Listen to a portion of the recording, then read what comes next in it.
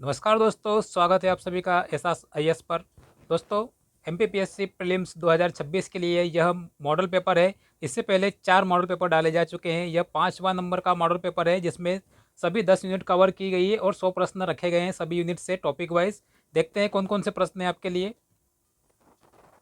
पहला प्रश्न है, विकसित मध्य प्रदेश @2047 दृष्टि पत्र किस तारीख को जारी किया गया? 1 सितंबर 2025, 1 अक्टूबर 2025, 1 नवंबर 2025 या 1 दिसंबर 2025।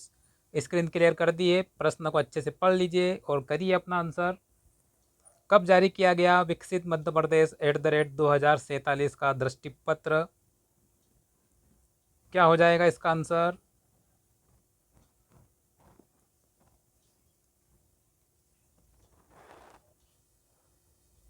इसका सही उत्तर हो जाएगा 1 नवंबर 2025 को जारी किया गया था। दूसरा प्रश्न है आपकी स्क्रीन पर। वर्ष 2025-26 में विकसित भारत जी राम जी, जिसे पूर्व में मनरेगा के नाम से जाना जाता था। ध्यान रखिएगा, मनरेगा का नया नाम क्या कर दिया गया है? विकसित भारत जी राम जी कर दिया गया है। और 100 दिन का जो रोजगार था उसे 125 दिन कर दिया गया है। देखते हैं प्रश्न क्या है अपने लिए। यह एक अन्य जानकारी थी। फिर से देखते हैं प्रश्न को। वर्ष 2025-26 में विकसित भारत जी राम जी, जिसे पूर्व में मनरेगा के नाम से जाना जाता था, के तहत अनुसूचित जनजाति वर्ग को रोजगार देने वाला, सर्वाधिक रोजगार की बात की जा रही है, सर्वाधिक रोजगार देने वाला राज्य कौन बन गया है? मध्य प्रदेश, राजस्थान, गुजरात या तेलंगाना? कौन बन गया है विकसित भारत जी राम जी के तहत अनुसूचित जनजाति वर्ग को सर्वाधिक रोजगार देने वाला राज्य? 2025-26 की बात हो रही है। क्या हो जाएगा इसका सही उत्तर? इसका सही उत्तर हो जाएगा मध्य प्रदेश। मध्य प्रदेश बन गया है अनुसूचित जनजाति वर्ग को विकसित भारत जी राम जी मनरेगा के तहत सर्वाधिक रोजगार देने वाला अनुसूचित जनजाति ST वर्ग को। अगला प्रश्न है, मध्य प्रदेश सरकार द्वारा पचमढ़ी वन्यजीव अभयारण्य का नाम बदलकर नया नाम क्या रखा गया है? राजा भभूत सिंह पचमढ़ी अभयारण्य, विष्णु से डॉक्टर विष्णु वाकणकर अभयारण्य, राजा शंकर शाह अभयारण्य, डॉक्टर अंबेडकर अभयारण्य? क्या नाम रखा गया है? नया नाम पचमढ़ी वन्यजीव अभयारण्य का क्या हो जाएगा इसका सही उत्तर? इसका सही उत्तर हो जाएगा राजा भभूत सिंह पचमढ़ी अभयारण्य। ये कहाँ, किस रियासत के शासक थे राजा भभूत सिंह? कमेंट करके बताइएगा। ये प्रश्न भी अभी पूछा गया था, MPPSC की कोई एग्जाम हुई थी उसमें। तब तक देखते हैं अगला प्रश्न। रक्षा मंत्री राजनाथ सिंह ने 10 अगस्त 2025 को मध्य प्रदेश के किस जिले के उमरिया गांव में BEML की रेल कोच फैक्ट्री, क्या नाम है उसका? ब्रह्मा का है। और इसका फुल फॉर्म देखें तो BEML rail hub for manufacturing, ये होता है ब्रह्मा, का भूमि पूजन किया था। कहाँ पर? रायसेन, धार, मंदसौर, भिंड। प्रश्न थोड़ा लंबा चौड़ा है, अच्छे से पढ़ लीजिए। स्क्रीन क्लियर कर दी है आपके लिए। कहाँ पर किया गया है? अगर और समय चाहिए आपको तो वीडियो पॉज कर लीजिए और पढ़ लीजिए, उसके बाद आंसर करिएगा। इसका सही आंसर बताते हैं आपको। इसका सही आंसर हो जाएगा रायसेन। रायसेन के उमरिया गांव में किया गया है भूमि पूजन इसका। 5वां प्रश्न है दोस्तों, मध्य प्रदेश की 4 हस्तियों को पद्मश्री 2026 दिया जाएगा। निम्नलिखित में से कौन उनमें शामिल है? मोहन नागर, इनको पर्यावरण के क्षेत्र में, भगवान दास रायकवाड़ बुंदेली युद्ध कला, कैलाश चंद्र पंत साहित्य और शिक्षा। उपयुक्त सभी इन लोगों के नाम दिए गए हैं और इनका क्षेत्र भी दिया गया है, किस क्षेत्र में इनको पद्मश्री दिया गया है। अब आपको बताना है कि इनमें से मध्य प्रदेश से कौन है। कौन कौन मध्य प्रदेश की हस्तियां हैं जिनको पद्मश्री 2026 दिया गया है? और कुल 4 हस्तियों को दिया गया है, ये भी ध्यान रखिएगा। क्या हो जाएगा इसका सही आंसर? इसका सही आंसर हो जाएगा उपर्युक्त सभी। मोहन नागर को पर्यावरण में, भगवान दास रायकवार को बुंदेली युद्ध कला और कैलाश चंद्र पंत को साहित्य शिक्षा में। और चौथा जो नाम बच गया है उसका कमेंट करके बताइएगा आपको पता है तो। देखते हैं अगला प्रश्न, प्रश्न नंबर 6 पे चलते हैं। मुख्यमंत्री डॉक्टर मोहन यादव ने मध्य प्रदेश में वैश्विक निवेश को बढ़ावा देने और राज्य की औद्योगिक क्षमताओं को प्रदर्शित करने के लिए वर्ल्ड इकोनॉमिक फोरम WEF 2026 में हिस्सा लिया। यह कहाँ आयोजित हुआ था? यहाँ पर आपके 2-3 फैक्ट बन जाएंगे। प्रश्न को अच्छे से पढ़िए, आपको समझ में आएगा कि और क्या क्या इसके प्रश्न बन सकते हैं। ठीक है, ऑप्शन देख लीजिए। Davos Switzerland, burn Germany, Osaka Japan या शिकागो अमेरिका।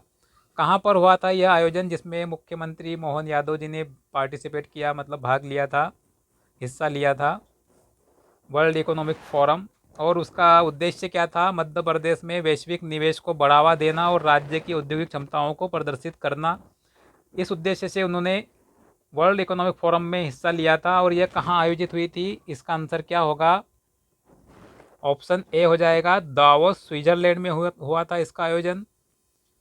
7वां प्रश्न देखते हैं। मध्य प्रदेश के श्योपुर जिले में स्थित कूनो राष्ट्रीय उद्यान में कब से भारत की पहली विशेष चीता सफारी शुरू की गई है?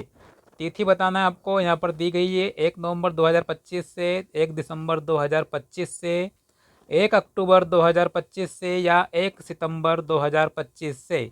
कब से भारत की पहली विशेष चीता सफारी कूनो राष्ट्रीय उद्यान श्योपुर जिले में जो स्थित है वहाँ शुरू की गई है? आपको तिथि बताना है। ये सभी करंट अफेयर से प्रश्न चल रहे हैं। करंट अफेयर, समसामयिक घटना चक्र, क्या क्या चल रहा है उससे संबंधित 10 प्रश्न हैं। जो कि हमारी यूनिट कौन सी है, करंट अफेयर वाली यूनिट कौन सी है? सिलेबस याद है तो कमेंट करके वो भी बताइएगा कौन सी यूनिट में है करंट अफेयर। इसका आंसर बताते हैं आपको। इसका आंसर हो जाएगा ऑप्शन सी, 1 अक्टूबर 2025। अगला प्रश्न है, जनता और ग्रह के लिए आयुर्वेद विषय के साथ साल 2025 का आयुर्वेद दिवस कब मनाया गया? 23 सितंबर, 24 अक्टूबर, 23 नवंबर, 23 दिसंबर। पढ़ लीजिए प्रश्न अच्छे से और बताइए। ये भी पूछा जा सकता है कि 2025 आयुर्वेद दिवस की थीम किस विषय के साथ मनाया गया? थीम पूछी जाती है करंट अफेयर्स के प्रश्न में। तो यहाँ से आपका एक प्रश्न ये भी बन जाएगा, आयुर्वेद दिवस 2025 की थीम जनता और ग्रह के लिए आयुर्वेद। अब आपको बताना है किस तिथि को मनाया जाता है यह, तो इसका आंसर क्या होगा? 23 सितंबर को मनाया जाता है। ठीक है, अगला प्रश्न सुमेलित नहीं है। आपको मैच जो दिए गए हैं 4 ऑप्शन में बताना है कौन सा सुमेलित नहीं है। एक तरफ सैन्य अभ्यास है, एक तरफ देशों के नाम है। देखिए, एक्वेरिन 2025 भारत और मालदीव, सूर्य किरण 2025 भारत और नेपाल, मित्र शक्ति 2025 भारत और श्रीलंका, अजय वारियर 2025 भारत और फ्रांस। पढ़ लीजिए प्रश्न अच्छे से, स्क्रीन क्लियर हो चुकी है आपके लिए। और बताइए कौन सा सुमेल नहीं कर रहा है चारों ऑप्शन में। सैन्य अभ्यास दिए गए हैं 2025 के, कौन से देशों के मध्य हुआ कौन सा सैन्य अभ्यास, और कौन सा जोड़ा सुमेल नहीं कर रहा है आपको बताना है। इसका सही आंसर हो जाएगा ऑप्शन डी, अजय वारियर। भारत और फ्रांस यह सुमेल नहीं कर रहा है क्योंकि भारत के साथ कौन सा देश होता है इसमें फ्रांस की जगह? बताना कमेंट करके कौन से देश के साथ होता है अजय वारियर। देखते हैं अगला प्रश्न। नवंबर 2025 में विनाशकारी चक्रवात दितवा से आए श्रीलंका में बाढ़ में फंसे, मतलब दितवा चक्रवात से जो बाढ़ आई श्रीलंका में, उसमें फंसे लोगों को बचाने एवं राहत कार्य के लिए भारत सरकार के द्वारा कौन सा ऑपरेशन चलाया गया? ऑपरेशन सागर बंधु, ऑपरेशन महादेव, ऑपरेशन संस्कार, ऑपरेशन राहत कार्य। स्क्रीन क्लियर, प्रश्न बड़ा है, पढ़ लीजिए अच्छे से और बताइए क्या होगा इसका आंसर। कौन सा ऑपरेशन चलाया श्रीलंका में बाढ़ में फंसे लोगों को बचाने एवं राहत कार्य के लिए, जो कि दितवा चक्रवात, जो कि कब आया था? नवंबर 2025 में दितवा चक्रवात आया था। एक फैक्ट आपका यहाँ से ये भी बन जाता है, प्रश्न बन सकता है। तो क्या हो जाएगा इसका सही आंसर? ऑपरेशन सागर बंधु चलाया गया था? 11 नंबर प्रश्न पे देखते हैं, निम्नलिखित में से किस अरण्यक में नगर शब्द का प्रयोग शहर के अर्थ में किया गया है? ऐत्रेय अरण्यक, सांख्यायन अरण्यक, छांदोग्य अरण्यक, तैत्तिरीय अरण्यक। किसमें किया गया है नगर शब्द का प्रयोग शहर के अर्थ में? अरण्यक दिए गए हैं 4, बताना है आपको किस अरण्यक में किया गया है। क्या हो जाएगा इसका सही उत्तर? तैत्तिरीय अरण्यक हो जाएगा। क्या होगा? तैत्तिरीय अरण्यक में नगर शब्द का प्रयोग शहर के अर्थ में किया गया है। 12वां प्रश्न देखते हैं, 6ठी शताब्दी ईसा पूर्व में अवंती नामक जनपद की 2 राजधानियां कौन सी थी? माहिष्मती व राजगृह, माहिष्मती व कौशल, माहिष्मती व उज्जैनी, उज्जैनी व काशी। कौन सी 6ठी शताब्दी ईसा पूर्व में अवंती जनपद की 2 राजधानियां थी? ऑप्शन दिए 4 आपको, इसमें से आपको आंसर देना है। बताइए, पढ़ लीजिए अच्छे से प्रश्न को फिर से। तो क्या हो जाएगा इसका सही आंसर बताते हैं आपको, माहिष्मती और उज्जैनी। कौन सी? माहिष्मती महेश्वर, उज्जैनी वर्तमान उज्जैन। ठीक है। अगला प्रश्न देखते हैं, निम्न में से सुधार संस्थाओं एवं उनके स्थापना वर्ष का कौन सा युग्म सही नहीं है? यह प्रश्न जो शब्दावली होती है प्रश्न में, वो आपको ध्यान से पढ़ना रहती है। सही नहीं भी है उसके बाद में वो देखना आपको जरूरी होता है। ऑप्शन देखते हैं, आत्मीय सभा 1818, मानव धर्म सभा 1844, परमहंस मंडली 1849, प्रार्थना समाज 1867। Screen clear? फिर देख लीजिए आराम से प्रश्न को और बताइए आंसर क्या होगा इसका। क्या हो जाएगा सही आंसर? सही आंसर हो जाएगा आत्मीय सभा 1818, क्योंकि यह 1818 में नहीं स्थापित हुई थी। कब हुई थी कमेंट करके बताइएगा। अगला प्रश्न देखते हैं, ताम्रपाषाण युगीन स्थल नाउदा टोली उत्खनन में प्रथम चरण में प्राप्त मृद पात्रों मालवा पात्र परंपरा की प्रमुख विशेषता क्या है?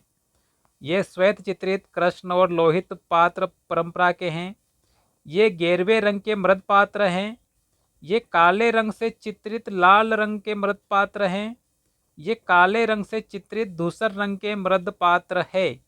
कौन सी प्रमुख विशेषता है नाउडा टोली उत्खनन में प्रथम चरण में प्राप्त मृद पात्रों मालवा पात्र परंपरा की?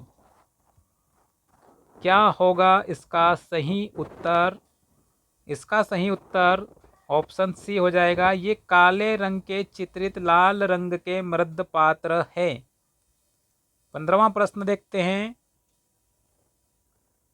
15वां प्रश्न है, जिस ज्ञान परंपरा के हम उत्तराधिकारी हैं उसका संवर्धन करना किस ऋण से मुक्ति का आधार बताया जाता है? ऋषि ऋण, देव ऋण, पितृ ऋण या मानव ऋण? क्या है प्रश्न? पढ़िए फिर से। जिस ज्ञान परंपरा के हम उत्तराधिकारी हैं उसका संवर्धन करना किस ऋण से मुक्ति का आधार बताया गया है? ऋषि ऋण, देव ऋण, पितृ ऋण या मानव ऋण?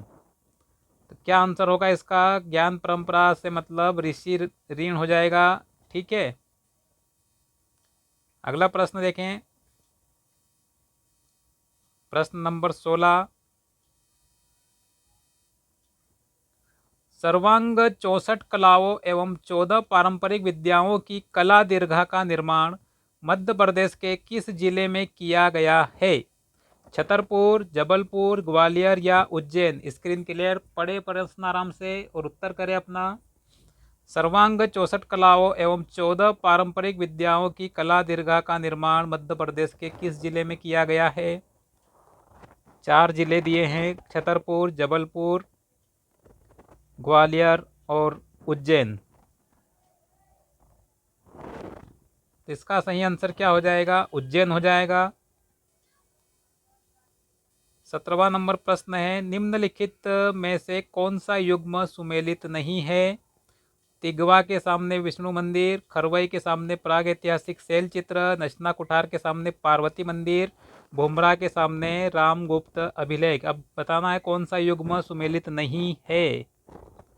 तो यहाँ पर क्या है, तिगवा विष्णु मंदिर है, खरवई में प्राग ऐतिहासिक शैल चित्र मिलते हैं और पार्वती मंदिर नचना कुठार में है, लेकिन भुमरा रामगुप्त अभिलेख सुमेलित नहीं करता है। तो ऑप्शन डी इसका सही उत्तर हो जाएगा। 18वां प्रश्न देखते हैं।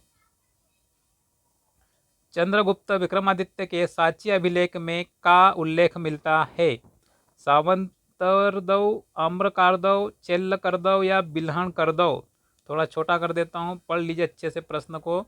चंद्रगुप्त विक्रमादित्य का जो साची अभिलेख है उसमें किसका उल्लेख मिलता है? 4 नाम दिए गए आपको, कौन सा सही आंसर होगा इसका? किसका उल्लेख मिलता है इन चारों में से? किसका उल्लेख प्राप्त होता है चंद्रगुप्त विक्रमादित्य के साची अभिलेख में? तो इसका आंसर हो जाएगा, क्या हो जाएगा इसका आंसर? आम्रकारदव हो जाएगा, ऑप्शन बी। अगला प्रश्न है, मामल्लपुरम अवस्थित प्रसिद्ध 5 रथों में कौन सा रथ आकार में सबसे बड़ा है? द्रौपदी रथ, भीम रथ, धर्मराज रथ या भीष्म रथ? कौन सा रथ बड़ा है? मामल्लपुरम स्थित 5 प्रसिद्ध जो रथ है उनमें से आकार में सबसे बड़ा कौन सा है? द्रौपदी, भीम, धर्मराज का या भीष्म रथ? कौन सा सबसे बड़ा है बताना है आपको। तो इसका सही आंसर क्या हो जाएगा?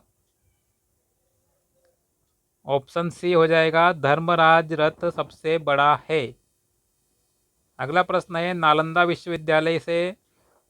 विश्वविद्यालय की स्थापना कब हुई थी? 3री शताब्दी ईसा पूर्व में, 5वीं सदी में, 7वीं सदी में या 8वीं सदी में? कब हुई थी नालंदा विश्वविद्यालय की स्थापना? इसका सही आंसर क्या हो जाएगा? ऑप्शन बी, 5वीं सदी में हुई थी नालंदा विश्वविद्यालय की स्थापना। 21 नंबर प्रश्न थोड़ा बड़ा प्रश्न है। निम्नलिखित को सुमेलित कीजिए। बुंदेलखंड के सामने केहरा, बघेलखंड के सामने कानड़ा, मालवा के सामने काठी और निमाड़ के सामने माछ है। 4 ऑप्शन है आपके सामने, देख लीजिए, मिलाइए जोड़ी। ज़्यादा समय चाहिए, वीडियो पॉज कर लीजिए और फिर आंसर करिए। क्या होगा इसका सही आंसर? कौन से ऑप्शन में से होगा? ए, बी, सी, डी में से? इसका सही आंसर हो जाएगा ऑप्शन ए, बुंदेलखंड में। कौन सा? कानड़ा।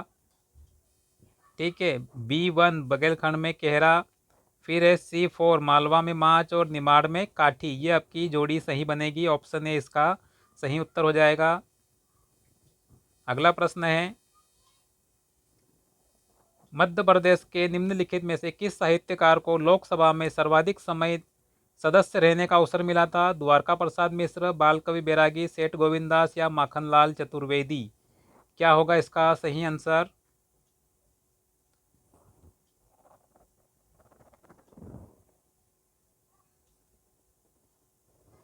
इसका सही आंसर हो जाएगा सेठ गोविंदास, ऑप्शन सी।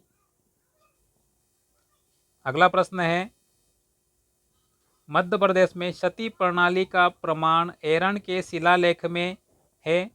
यह शिलालेख किस शासक का है? बुद्धगुप्त, रामगुप्त, भानुगुप्त या गोपराज? किसका है यह शिलालेख? एरन जो अपने को सती प्रणाली का प्रमाण प्रस्तुत करता है मध्य प्रदेश में।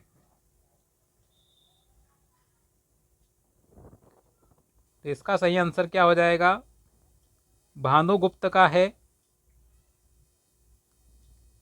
अगला प्रश्न है, संत सिंगाजी मध्य प्रदेश के किस क्षेत्र के निवासी थे? बुंदेलखंड, बघेलखंड, निमाड़, मालवा? चारों में से किस क्षेत्र के निवासी थे संत सिंगाजी?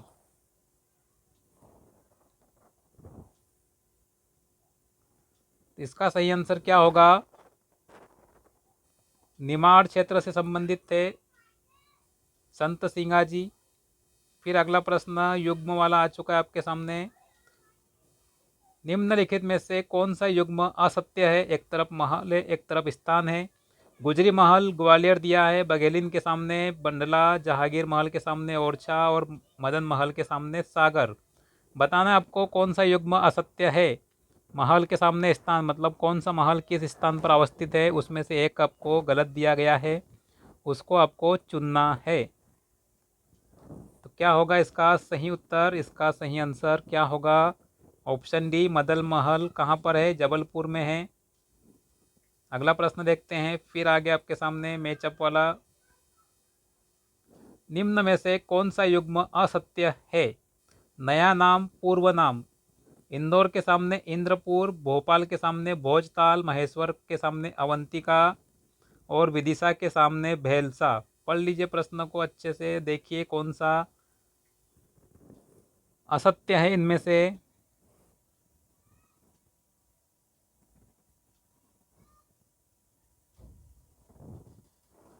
क्या होगा इसका सही उत्तर? महेश्वर के सामने जो दिया है अवंतिका, क्योंकि अभी बताया था आपको महेश्वर माहिष्मती और अवंतिका कौन? उज्जैन। अगला प्रश्न देखें, मालवांचल में मनाया जाने वाला प्रमुख लोक पर्व संजा कब मनाया जाता है?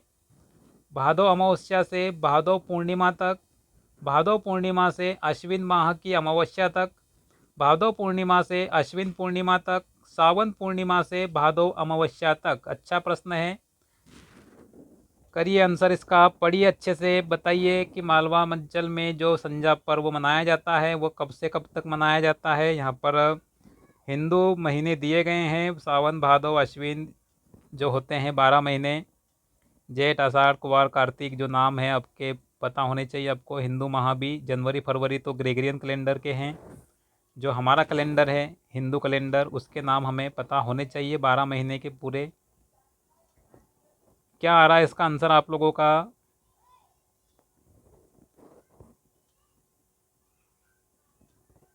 इसका आंसर हो जाएगा ऑप्शन बी, भादो पूर्णिमा से अश्विन माह की अमावस्या तक लोक पर्व संजा मनाया जाता है। कहाँ पर? मालवा में। अगला प्रश्न है, भोपाल राज्य का भारतीय संघ में, भोपाल राज्य भारतीय संघ में कब शामिल हुआ था? 1 अप्रैल 1948, 1 जून 1949, 1 अप्रैल 1952, 1 नवंबर 1956। कब शामिल हुआ भोपाल राज्य भारतीय संघ में? इसका सही उत्तर क्या हो जाएगा? 1 जून 1949 को शामिल हुआ था भोपाल राज्य। अगला प्रश्न है, लोकमत समाचार पत्र के संपादक कौन थे? पंडित भवानी प्रसाद मिश्र, पंडित द्वारिका प्रसाद मिश्र, पंडित रविशंकर शुक्ल, पंडित माखनलाल चतुर्वेदी। कौन थे लोकमत समाचार पत्र के संपादक?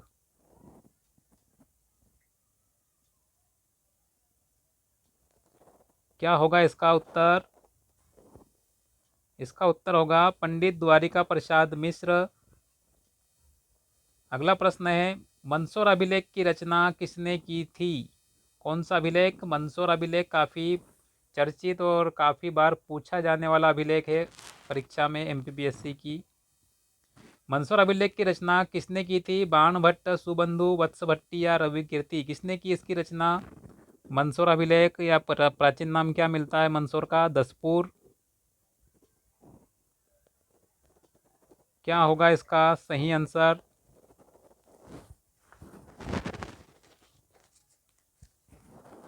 इसका सही आंसर हो जाएगा ऑप्शन सी, वत्स भट्टी ने मंदसौर अभिलेख की रचना की थी।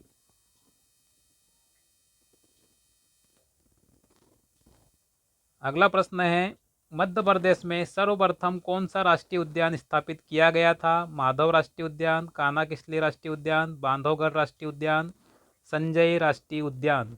कौन सा राष्ट्रीय उद्यान मध्य प्रदेश में सर्वप्रथम स्थापित हुआ? क्या होगा इसका आंसर?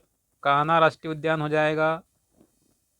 अगला प्रश्न देखते हैं दोस्तों, मध्य प्रदेश में मैंगनीज उत्पादित करने वाला निम्नलिखित में से कौन सा क्षेत्र है? शहडोल, पन्ना, छिंदवाड़ा या जबलपुर। कौन सा क्षेत्र मध्य प्रदेश में मैंगनीज उत्पादित करने वाला क्षेत्र है? प्रश्न की डिमांड है, पूछा गया आपसे मैंगनीज उत्पादक क्षेत्र बताना है। 4 क्षेत्र मतलब नाम दिए गए हैं शहरों जिलों के। तो कहाँ पर मैग्नीज उत्पादित होता है आपको पता होगा। ऑप्शन सी, कौन सा, छिंदवाड़ा।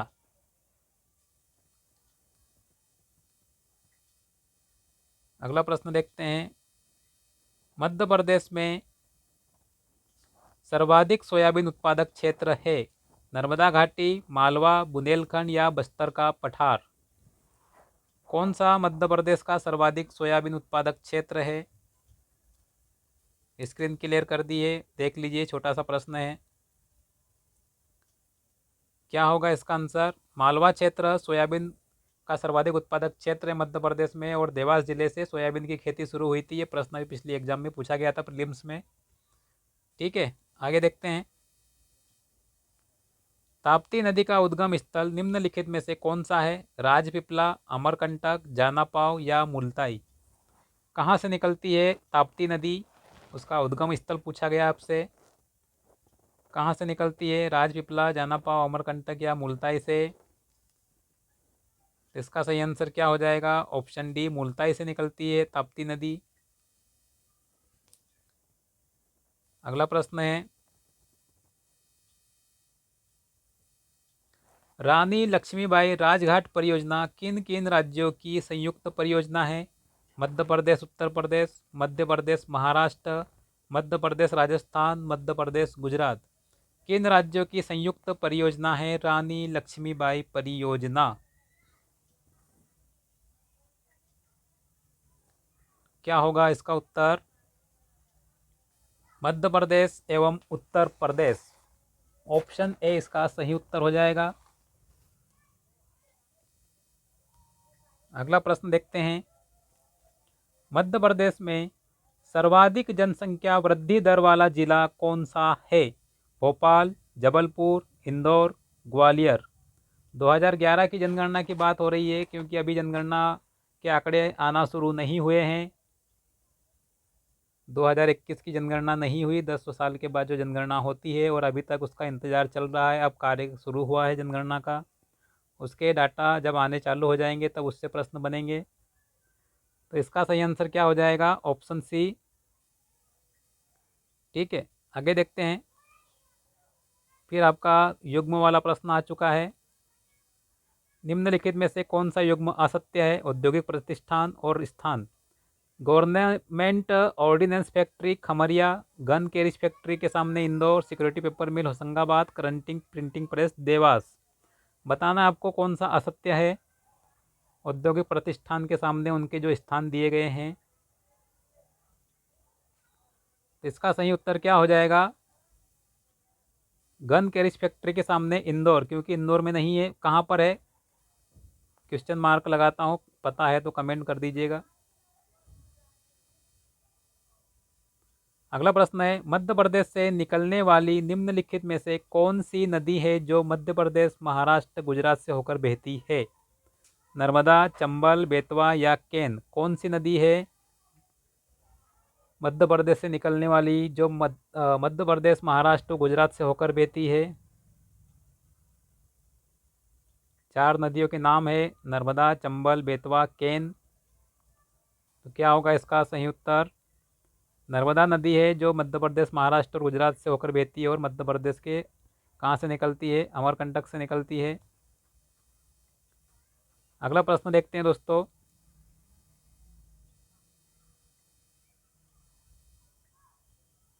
निम्नांकित वन प्रकारों में से मध्य प्रदेश में सर्वाधिक विस्तार किसका है। उष्णकटिबंधीय आर्द्र पतझड़ वन, उष्णकटिबंधीय शुष्क पतझड़ वन, उष्णकटिबंधीय कटीले वन, आर्द्र पहाड़ी वन। किसका विस्तार सर्वाधिक है। जो 4 ऑप्शन में वन दिए गए हैं आपको, पढ़ लीजिए अच्छे से प्रश्न को। क्या होगा इसका सही उत्तर। इसका सही उत्तर हो जाएगा उष्णकटिबंधीय शुष्क पतझड़ वनों का विस्तार मध्य प्रदेश में सर्वाधिक है। अगला प्रश्न है। वेलस्पन परियोजना खालिस्तान जिले में है। नीमच, इंदौर, सीधी या खंडवा। कहाँ पर है वेलस्पन सौर परियोजना।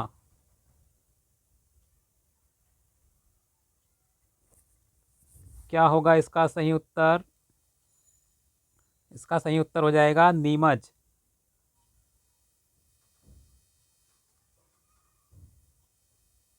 41 नंबर पे आ चुके हैं। क्या है प्रश्न? वह पठार कौन सा है जिसमें पश्चिम और पूर्व दोनों ओर बहने वाली जल निकासी प्रणाली है? मालवा, छोटा नागपुर, रांची या हजारीबाग? कौन सा पठार है जिसमें पश्चिम और पूर्व दोनों ओर बहने वाली जल निकासी प्रणाली है? चार पठार दिए गए हैं। मालवा का पठार, रांची का पठार, हजारीबाग का पठार, छोटा नागपुर पठार। क्या होगा इसका सही आंसर? ऑप्शन ए हो जाएगा मालवा का पठार। अगला प्रश्न है, पटकोई बुम पहाड़ियाँ भारत के किस भाग में स्थित है? भारत के उत्तरी भाग में, भारत के दक्षिणी भाग, पश्चिमी भाग या पूर्वी भाग में? कहाँ पर मिलेगी आपको पटकोई बुम पहाड़ियाँ भारत में? पटकोई बुम पहाड़ियाँ पूछी गई है, बताना है आपको कहाँ मिलेगी। उत्तर, दक्षिण, पूर्व, पश्चिम, कौन सा भाग भारत का जहाँ पर पटकोई बुम पहाड़ियाँ है? क्या होगा इसका आंसर? ऑप्शन डी, भारत के पूर्वी भाग में है।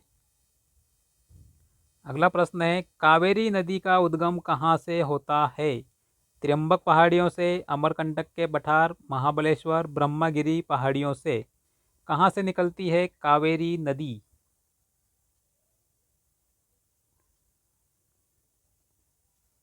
पहाड़ियाँ, पठार और इनके नाम दिए गए हैं ऑप्शन में आपको, और बताना है कि कहाँ से निकलती है कावेरी नदी। तो इसका सही उत्तर क्या हो जाएगा? ब्रह्मगिरी पहाड़ियों से निकलती है।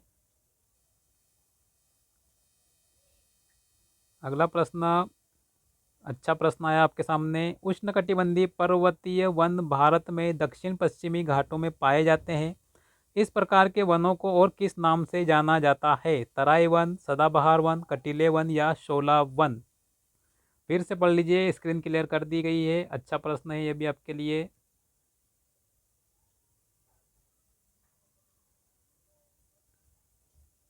क्या कहते हैं उन वनों को जो उष्णकटिबंधीय पर्वतीय वन भारत में दक्षिण पश्चिमी घाटों में पाए जाते हैं? तो इसका सही आंसर क्या हो जाएगा? ऑप्शन डी, शोला वन कहा जाता है। अगला प्रश्न है, उत्तरी मैदानों में चलने वाली गर्म और शुष्क हवाएं जो पंजाब से लेकर बिहार तथा दिल्ली से पटना के बीच तीव्र होती है, लू, नॉर्वेस्टर, ईस्टर्लिस या मैंगो सोवर? क्या होगा इसका आंसर? जो उत्तरी मैदान में चलने वाली गर्म और शुष्क हवाएं हैं और कहाँ पर तीव्र होती है, यह पंजाब से लेकर बिहार और दिल्ली से पटना के बीच। क्या होगा इसका आंसर? इसका सही आंसर हो जाएगा लू, ऑप्शन ए। अगला प्रश्न है, निम्नलिखित में से कौन सा स्थान हजीरा, विजयपुर और जगदीशपुर गैस पाइपलाइन पर अवस्थित नहीं है? अंकलेश्वर, झाबुआ, सिंगरौली या औरैया? कौन सा एचवीजे पाइपलाइन पर स्थित नहीं है चारों में से? क्या होगा इसका सही आंसर? सिंगरौली हो जाएगा। अगला प्रश्न थोड़ा बड़ा प्रश्न आपके लिए, ऐसे प्रश्न भी आते हैं। निम्नलिखित में से कौन सा से दूसरी हरित क्रांति का उद्देश्य है? किसानों की प्रति व्यक्ति आय में वृद्धि करना और उनके जीवन स्तर को ऊपर उठाना, जैव प्रौद्योगिकी के उपयोग को शामिल करना या उसको महत्व देना, प्रमुख भोजन, दालें, तिलहन और औद्योगिक कच्चे माल में आत्मनिर्भर बनाना? चार ऑप्शन है, केवल एक, केवल दो, तीन, केवल दो, केवल एक, दो, तीन। स्क्रीन क्लियर कर देता हूँ, थोड़ा पढ़ लीजिए अच्छे से। ज़्यादा समय चाहिए, वीडियो पॉज करके पढ़ लीजिए फिर आंसर करिए। हरित क्रांति जो टॉपिक है हमारा भारत का भूगोल यूनिट 3 में, उसमें हरित क्रांति, द्वितीय हरित क्रांति के बारे में टॉपिक दिए गए हैं। खाद्य सुरक्षा भी है वहाँ पर, तो आपको बताना है खाद्य सुरक्षा के लिए भी एक महत्वपूर्ण थी क्रांति, क्योंकि खाद्यान्न में आत्मनिर्भर बन गया था इस क्रांति के बाद भारत। इसका आंसर क्या होगा? हरित क्रांति के उद्देश्य क्या थे? ऑप्शन डी हो जाएगा, एक, दो और तीन। एक, दो और ये तीनों उद्देश्य है हरित क्रांति के। अगला प्रश्न, फिर एक बड़ा प्रश्न आपके लिए और छोटी स्क्रीन कर देता हूँ, पढ़ने में आ जाए आपको। एल नीनो से प्रश्न है, एल नीनो के संदर्भ में इनमें से कौन सा कथन सत्य है? एल नीनो का अर्थ है चाइल्ड क्रास्ट अर्थात बालक यीशु। यह एक गर्म महासागरीय धारा है जो पेरू के तटीय क्षेत्र के किनारे से होकर सामान्यतः दिसंबर माह में दिखाई देता है। भारतीय मानसून भी एल नीनो से प्रभावित होता है। ऑप्शन 1 तथा 2, 1 3, 1 2 3 या सभी, कौन से विकल्प सही है? इसको थोड़ा और अच्छे से आपको दिखा देता हूँ। पढ़िए प्रश्न को और करिए answer. 48 number question El Nino के बारे में। एल नीनो भी हमारा टॉपिक है।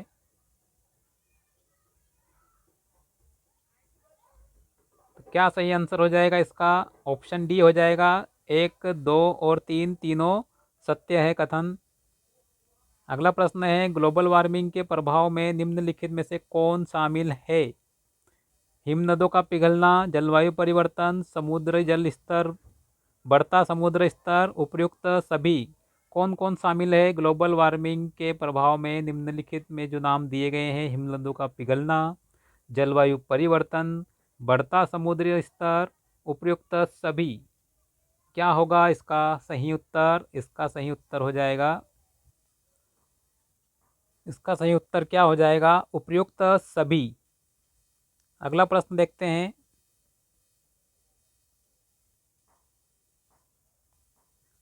निम्नलिखित में से कौन सा सही सुमेलित नहीं है? चक्रवात या तूफान और नामकरण। दितवा या डिटवा कहते हैं इसे, यमन सामने दिया है, मोन्था के सामने थाईलैंड, शक्ति के सामने श्रीलंका और कालमेघी के सामने भारत। बताना है आपको इन चक्रवातों के नामकरण किस देश ने किया है। उनका युग्म जो सुमेलित नहीं है उसका चयन करना है आपको। 4 युग्मों में से 4 युग्म ABCD दिए हुए हैं आपको। क्या होगा इसका सही आंसर? ऑप्शन डी हो जाएगा। कालमेघी का नाम भारत ने नहीं किया है, जबकि डिटवा का यमन ने किया, मोन्था का थाईलैंड ने और शक्ति का श्रीलंका ने नामकरण किया था। अगला प्रश्न है, निम्नलिखित को सुमेलित कीजिए और सही उत्तर चुनिए। अशोकनगर के सामने बाग प्रिंट, सीधी के सामने कपड़े का जैकेट, शिवपुरी के सामने कारपेट दरी, बाग के सामने चंदेरी हैंडलूम। 4 ऑप्शन दिए आपको ABCD, आपको जोड़ी बनाना है इनकी। पढ़ लीजिए अच्छे से, जोड़ी बना लीजिए और बताइए आंसर क्या होगा।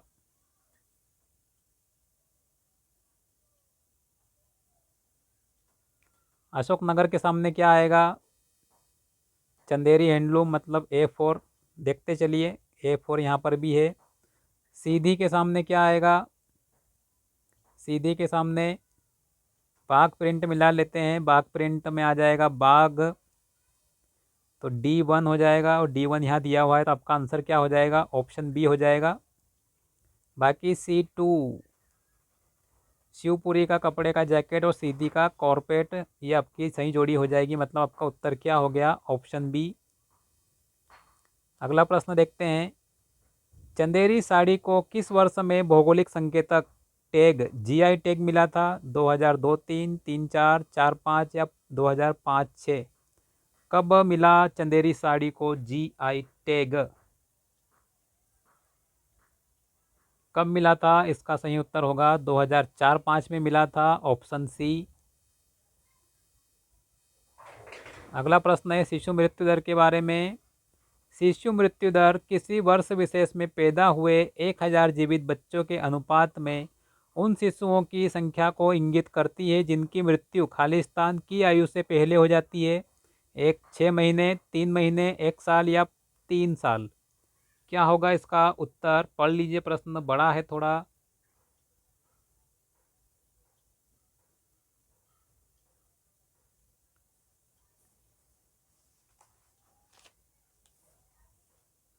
इसका आंसर क्या हो जाएगा? 1 साल, ऑप्शन सी इसका सही उत्तर हो जाएगा। अगला प्रश्न नाबार्ड से है। नाबार्ड का विस्तृत रूप क्या है? National agriculture bank for agro and rural development, national bank for agriculture and rural development, national bank for asset and rural development, new bank for agriculture and rural development. Screen खाली कर दी है, पढ़ लीजिए अच्छे से कौन सा फुल फॉर्म होगा नाबार्ड का।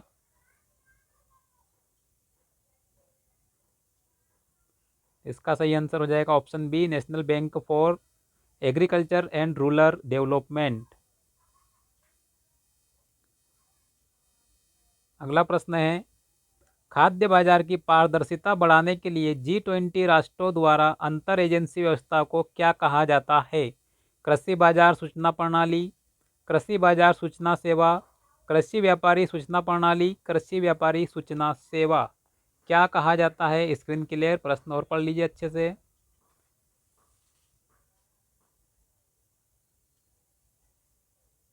इसका आंसर क्या हो जाएगा? कृषि बाजार सूचना प्रणाली। 56वां प्रश्न है, भारतीय दलहन अनुसंधान संस्थान अवस्थित है भोपाल में, कानपुर में, जयपुर में या भुवनेश्वर में? कहाँ पर स्थित है भारतीय दलहन अनुसंधान संस्थान?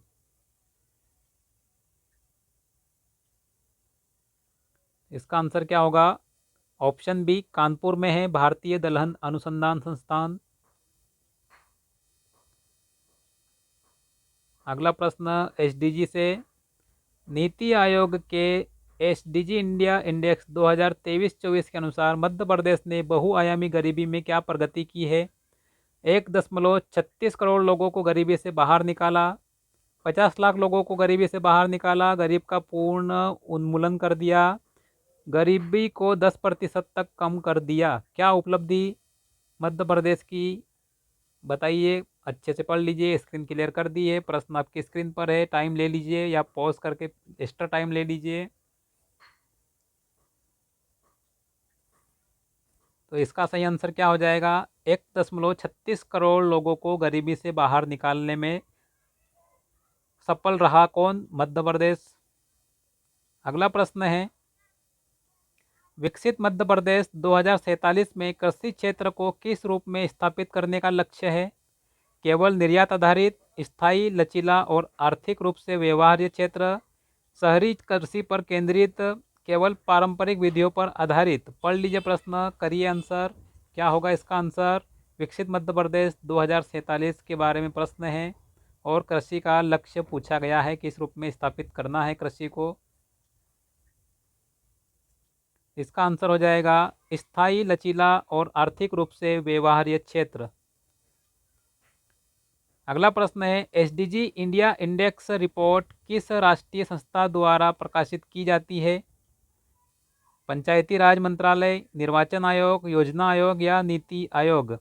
इसका आंसर तो आपको मिल ही गया होगा क्योंकि ऊपर से आप प्रश्न देखते हुए आ रहे हैं, लेकिन अच्छा प्रश्न है इसलिए इसको यहाँ पर रख दिया है मैंने, कुछ बोनस अंक होने चाहिए आपके लिए।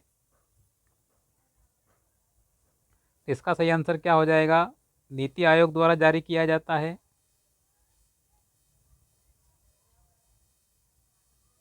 अगला प्रश्न है, मध्य प्रदेश ने अपना सकल राज्य घरेलू उत्पाद जीएसडीपी कब तक दोगुना करने का लक्ष्य रखा है? कब तक? 2025-26, 27-28, 2028-29, 2046-47? कब तक दोगुना करने का लक्ष्य बनाया है मध्य प्रदेश ने अपने सकल राज्य घरेलू उत्पाद को? काफ़ी महत्वपूर्ण प्रश्न है, ध्यान रखना है आपको इस प्रश्न को, रट्टा मार लीजिए वेरी वेरी आईएमपी लगाकर। इसका सही उत्तर क्या हो जाएगा? 28-29 तक मध्य प्रदेश ने दोगुना करने का लक्ष्य रखा है सकल राज्य घरेलू उत्पाद को। अगला प्रश्न है, मध्य प्रदेश उच्च न्यायालय की खंडपीठ कहाँ कहाँ स्थित है? इंदौर भोपाल, इंदौर ग्वालियर, भोपाल ग्वालियर, इंदौर भोपाल ग्वालियर? कहाँ कहाँ पर स्थित है मध्य प्रदेश उच्च न्यायालय की खंडपीठ है? आसान प्रश्न है ये भी आपके लिए। क्या होगा इसका सही आंसर? इसका सही आंसर हो जाएगा इंदौर और ग्वालियर, ऑप्शन बी।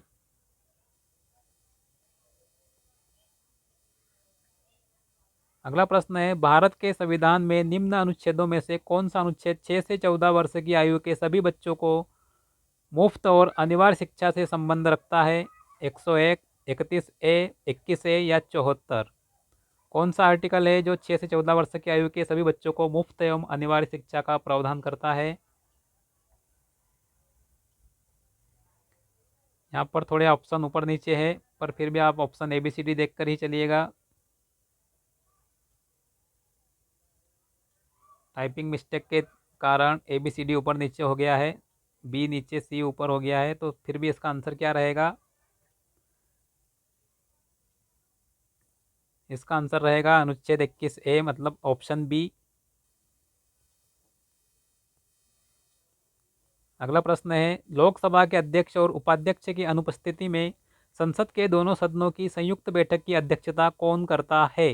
लोकसभा का कोई भी वरिष्ठ सदस्य, राज्यसभा का कोई भी वरिष्ठ सदस्य, राज्यसभा के उपसभापति, राज्यसभा के सभापति। कौन करता है लोकसभा के अध्यक्ष उपाध्यक्ष की अनुपस्थिति में संसद के दोनों सदनों की संयुक्त बैठक की अध्यक्षता?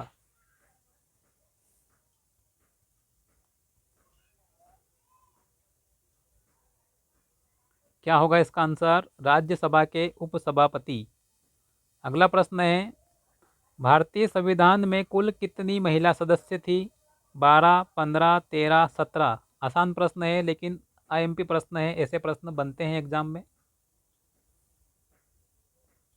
यहाँ पर भी ऑप्शन आपको ऊपर नीचे दिख रहे होंगे, लेकिन आपको ऑप्शन ध्यान रखना है, ABCD ही है वो।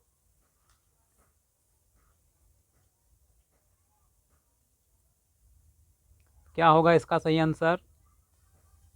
ऑप्शन सी, 15 महिलाएं थी।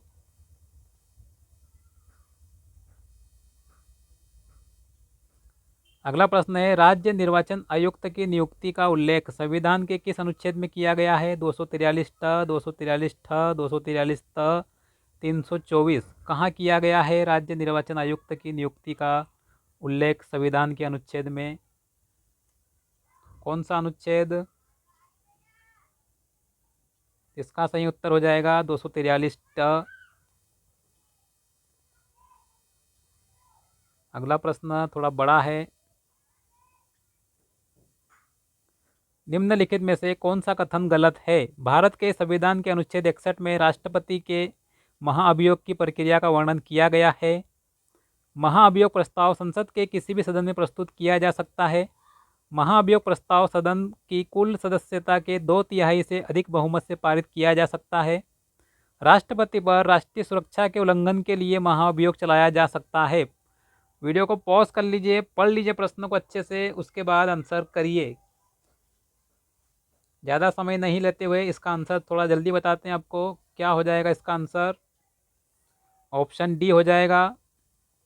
अगला प्रश्न देखते हैं, छत्तीसगढ़ से विभाजन से पहले छत्तीसगढ़ सहित मध्य प्रदेश में कुल कितनी लोकसभा सीटें थी? 32, 38, 42 या 40? मतलब जब विभाजन नहीं हुआ था मध्य प्रदेश का, तब लोकसभा सीटों की संख्या कितनी थी? इसका सही उत्तर हो जाएगा 40। वर्तमान में कितनी है कमेंट करके बताइएगा। अगला प्रश्न है, मध्य प्रदेश में प्रधानमंत्री आदि आदर्श ग्राम योजना का प्रारंभ किस वित्तीय वर्ष से हुआ था? 2021-22, 2022-23, 2023-24, 2024-25? स्क्रीन क्लियर कर दिए, पढ़ लीजिए एक बार प्रश्न को अच्छे से, बताइए आंसर।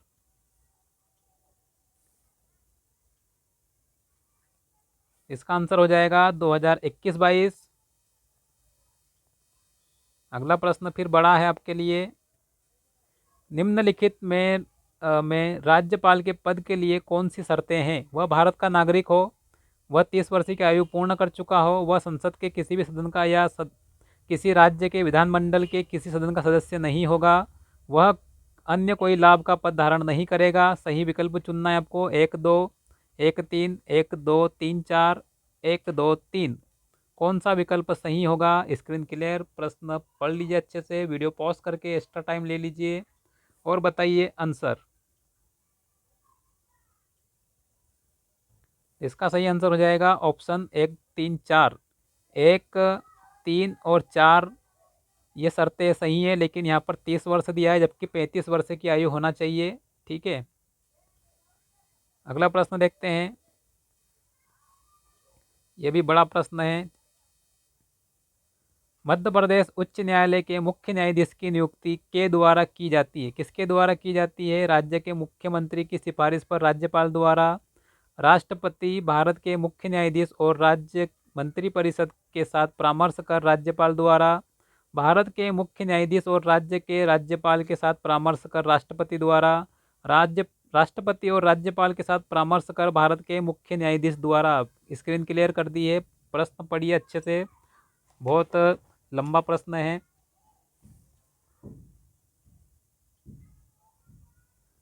इसका सही उत्तर क्या हो जाएगा, लेकिन आसान भी है उतना ही, अच्छे से अगर पढ़ लेंगे आप तो ऑप्शन सी हो जाएगा इसका सही उत्तर। अगला प्रश्न है, भगोरिया नृत्य किस जिले के आदिवासियों का है? झाबुआ, खंडवा, देवास या नीमच? किस जिले के आदिवासियों द्वारा भगोरिया नृत्य किया जाता है? आसान प्रश्न है, तो क्या हो जाएगा इसका आंसर? झाबुआ हो जाएगा इनमें से। अगला प्रश्न फिर आ गया आपके लिए, ये भी आसान प्रश्न। निम्न में से कौन सा त्यौहार गोंड जनजाति का नहीं है? कर्मा, भगोरिया, बिदरी या मड़ई? कौन सा त्यौहार गोंड जनजाति नहीं मनाती है? तो इसका आंसर क्या होगा? भगोरिया त्यौहार। अभी ऊपर आपने देखा प्रश्न भील जनजाति से संबंधित है। अगला प्रश्न है, व्यापक जनजातीय समाज में मनाया जाने वाला उत्सव कर्मा का नामकरण किसके नाम पर किया गया है? एक देवी के नाम पर, एक वृक्ष के नाम पर, एक नदी के नाम पर, उपरोक्त में से कोई नहीं। कर्मा जो उत्सव है व्यापक तौर पर जनजातीय समाज में मनाया जाता है, यह किसके नाम पर रखा गया है? तो इसका आंसर क्या होगा? ऑप्शन बी हो जाएगा। एक वृक्ष के नाम पर रखा गया है, कर्म वृक्ष के नाम पर। अगला प्रश्न है, भड़म नृत्य के बारे में है। भड़म नृत्य किस जनजाति से संबंधित है? भारिया, बेगा, सहरिया या भील? कौन सी जनजाति द्वारा किया जाता है भड़म नृत्य? आपको याद रखना है भड़म सेतम सेला। भड़म सेतम सेला भार्य जनजाति के नृत्य है, तो किसके द्वारा किया जाता है? ऑप्शन ए इसका सही आंसर हो जाएगा। भार्य जनजाति द्वारा किया जाता है। अगला प्रश्न है, प्रसिद्ध कलाकार पेमा फत्या या पेमा फाल्या भी कहते हैं इनको, किस कला के लिए जाने जाते हैं? छिपा शिल्प, लाख शिल्प, पिठोरा चित्रकला, सुपारी शिल्प? किसके लिए जाने जाते हैं पेमा फालिया, पेमा फातिया, जो भी इनका नाम है? इसका सही आंसर क्या होगा? पिठोरा चित्रकला या पिथोरा भी कहा जाता है इसे। अगला प्रश्न है, विशेष पिछड़ी जनजातियों को कुपोषण से मुक्ति दिलाने के लिए कौन सी योजना है? खाद्यान्न योजना, आहार अनुदान योजना, कर्मवीर योजना या इनमें से कोई नहीं? स्क्रीन क्लियर की जा चुकी है, पढ़िए आराम से, उत्तर करिए क्या होगा इसका सही आंसर। इसका सही आंसर हो जाएगा आहार अनुदान योजना, ऑप्शन बी। अगला प्रश्न है, सेंधवा में आदिवासी आंदोलन किसके नेतृत्व में हुआ था? भीमा नायक, कोंडू, गंजन सिंह या बिरसा गोंड? किसके नेतृत्व में हुआ था सेंधवा में आदिवासी आंदोलन? इसका आंसर हो जाएगा भीमा नायक, ऑप्शन ए। अगला प्रश्न है, किस जनजाति योद्धा को कविता लिखने के कारण ब्रिटिश सरकार द्वारा मृत्युदंड की सजा सुनाई गई थी? शंकर शाह, तात्या भील, खज्जा नायक या बादल भोई? पढ़िए प्रश्न अच्छे से, करिए आंसर। अच्छा प्रश्न है, ये भी बार बार रिपीट होने वाले टाइप का प्रश्न है। तो इसका आंसर क्या हो जाएगा? शंकर शाह, राजा शंकर शाह, जो कि दुर्गावती के वंशज थे। आगे देखते हैं, किस जनजाति के लोग स्वयं को गोंडों का छोटा भाई कहते हैं? कोल, सहरिया, बेगा या भारिया? कौन सी जनजाति स्वयं को गोंडों का छोटा भाई कहती है? इसका सही आंसर क्या हो जाएगा? भारिया जनजाति। अगला प्रश्न है, मध्य प्रदेश में वर्ष 2003 में अनुसूचित जनजाति सूची से किन 3 जातियों को विलोपित किया गया? परजा, मीना, पनिका? मीना पारधी पनिका, कीर मीना पारधी या पारधी परजा पनिका? इसका सही आंसर क्या होगा? ऑप्शन बी, सी, डी या ए?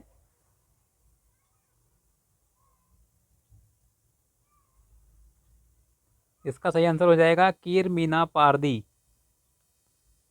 अगला प्रश्न है, इसरो की स्थापना किसने की? होमी जहांगीर भाभा, विक्रम साराभाई, राजा रमन्ना, एपीजे अब्दुल कलाम?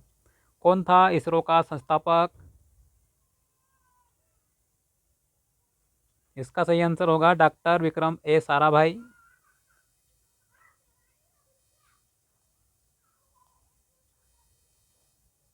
अगला प्रश्न है, भारत में पर्यावरण सुरक्षा अधिनियम बनाया गया था 1975 में, 1986, 1985 या 1976 में? कब बनाया गया था पर्यावरण सुरक्षा अधिनियम? इसका सही आंसर होगा 1986 में बनाया गया।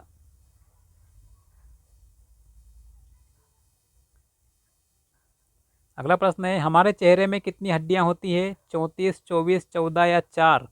कितनी हड्डियां होती है हमारे चेहरे में? इसका सही आंसर क्या होगा? 14 हड्डियां होती है।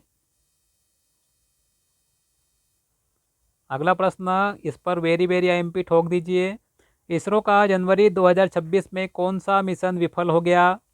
PSLV C62, GSLV C62, USLV मैक 3, RLTDV M1? कौन सा मिशन था जो जनवरी 2026 में इसरो का मिशन जो फेल हो गया, विफल हो गया?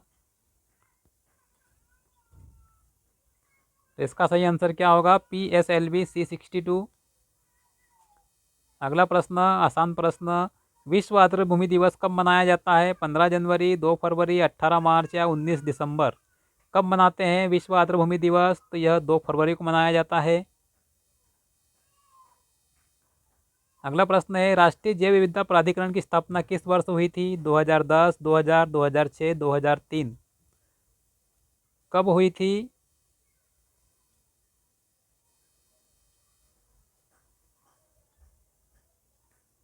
तो इसका आंसर हो जाएगा 2003 में। अगला प्रश्न, चिपको आंदोलन किस गांव से शुरू हुआ था? मलाना, रेनी, जीरो या आंद्रेता? कहाँ से शुरू हुआ था चिपको आंदोलन? तो यह रेनी गांव से शुरू हुआ था, उत्तराखंड के। अगला प्रश्न, निम्न में से कौन सा ऊर्जा का एक पारंपरिक स्रोत है? ज्वारीय ऊर्जा, बायोमास ऊर्जा, नाभिकीय ऊर्जा या जल विद्युत ऊर्जा? कौन सा पारंपरिक स्रोत है ऊर्जा का? इसका आंसर होगा नाभिकीय ऊर्जा।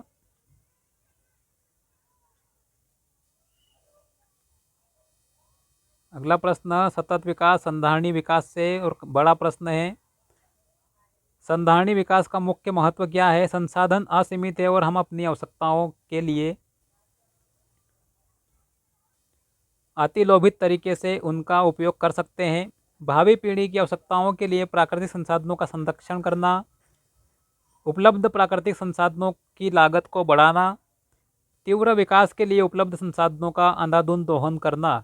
क्या होगा आंसर? पॉज कर लीजिए वीडियो को, पढ़ लीजिए प्रश्न को और करिए आंसर। बताते हैं इसका आंसर क्या होगा। ऑप्शन बी होगा। क्या होगा? ऑप्शन बी, भावी पीढ़ी की आवश्यकताओं के लिए प्राकृतिक संसाधनों का संरक्षण करना। अगला प्रश्न है, मानवों में लिंग गुणसूत्रों के कितने युग्म होते हैं? 1 युग्म, 2 युग्म, 3 युग्म या 4 युग्म? कितने युग्म होते हैं मानव में लिंग गुणसूत्रों के? क्या होगा इसका सही उत्तर? ऑप्शन ए, 1 युग्म होता है। अगला प्रश्न है, यूएसबी पोर्ट के उपयोग से कितने परिधि उपकरणों को जोड़ सकते हैं? 12, 17, 127 या 172? कितने उपकरण जोड़ सकते हैं यूएसबी पोर्ट के उपयोग से? परिधि उपकरण कितने जोड़े जा सकते हैं यूएसबी पोर्ट के उपयोग से? तो इसका सही आंसर क्या होगा? इसका सही आंसर होगा 127। अगला प्रश्न है, इनमें से किसने शब्द कंप्यूटर वायरस को गढ़ा था? Fred Cohen, David A Hoffman, Jim Gray, Brendan Eich? किसने गढ़ा था कंप्यूटर वायरस शब्द?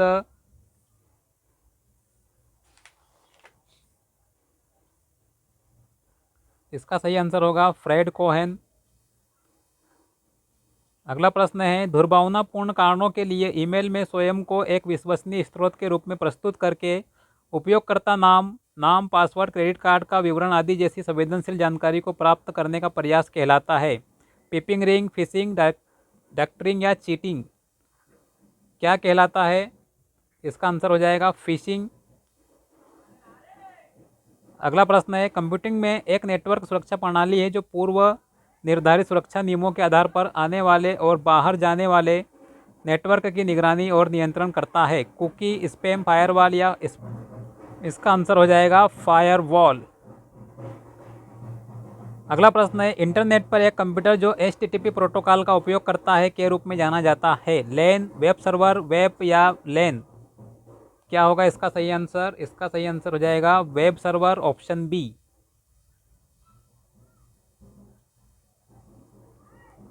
अगला प्रश्न है, इंटरनेट प्रोटोकॉल आईपी के दो संस्करण उपयोग में लाए जा रहे हैं। एक तो आईपीवी संस्करण 4, आईपीवी संस्करण 6, आईपीवी संस्करण 2, आईपीवी संस्करण 3, आईपी संस्करण 4, आईपी संस्करण 8, आईपी संस्करण 2, आईपी संस्करण 4। कौन सा उपयोग में लाया जा रहा है इंटरनेट प्रोटोकॉल के लिए? इसका आंसर हो जाएगा आईपी संस्करण 4 और 6। अगला प्रश्न है, कंप्यूटर विज्ञान में आमतौर पर इस्तेमाल किया जाने वाला संक्षिप्त नाम आईएसपी क्या है? Internet service provider, intranet service provider, internet system provider, intranet system provider. क्या होगा इसका सही आंसर? इसका सही आंसर क्या हो जाएगा? Internet service provider, option A. अगला प्रश्न है, निम्नलिखित में से कौन सी परियोजना मध्य प्रदेश राज्य में ई गवर्नेंस परियोजना नहीं है? ज्ञानदूत, लोकमित्र, ई चालान या ई उपार्जन। तो इसका सही आंसर क्या होगा? इसका सही आंसर होगा लोकमित्र। अगला प्रश्न है, यूनिक्स एक ऑपरेटिंग सिस्टम है जिसमें निम्न प्रकार का यूजर इंटरफेस होता है: ध्वनि आधारित, प्राकृतिक भाषा, कमांड आधारित या टच आधारित। कौन सा इंटरफेस होता है यूनिक्स ऑपरेटिंग सिस्टम में? तो इसका सही आंसर क्या होगा?